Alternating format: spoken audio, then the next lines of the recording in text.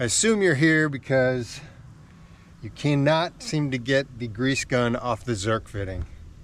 Well, I'm sure you're like thousands others that are wondering why. If not thousands, there's at least two of us. So if you have a problem with putting this on and getting it off, there's a real good reason. And don't be like me and try to force it off, because you'll break that Zerk fitting. What it is this tip unscrews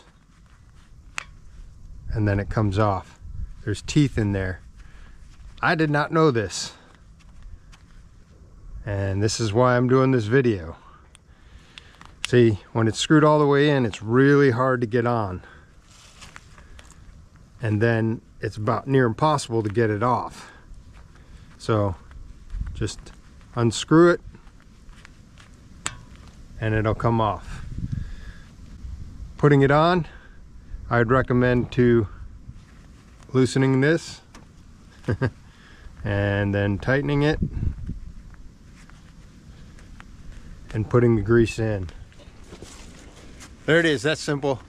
I'm doing this video because I had this issue where I had put it on and I thought it was because it was just cold. I was having a hard time getting it on. I couldn't get it off and snapped one of my Zerk fittings. So hopefully this helps anybody that is curious as to why they're having a hard time getting their grease gun on their Zerk fitting. That could be your issue. Thanks for watching.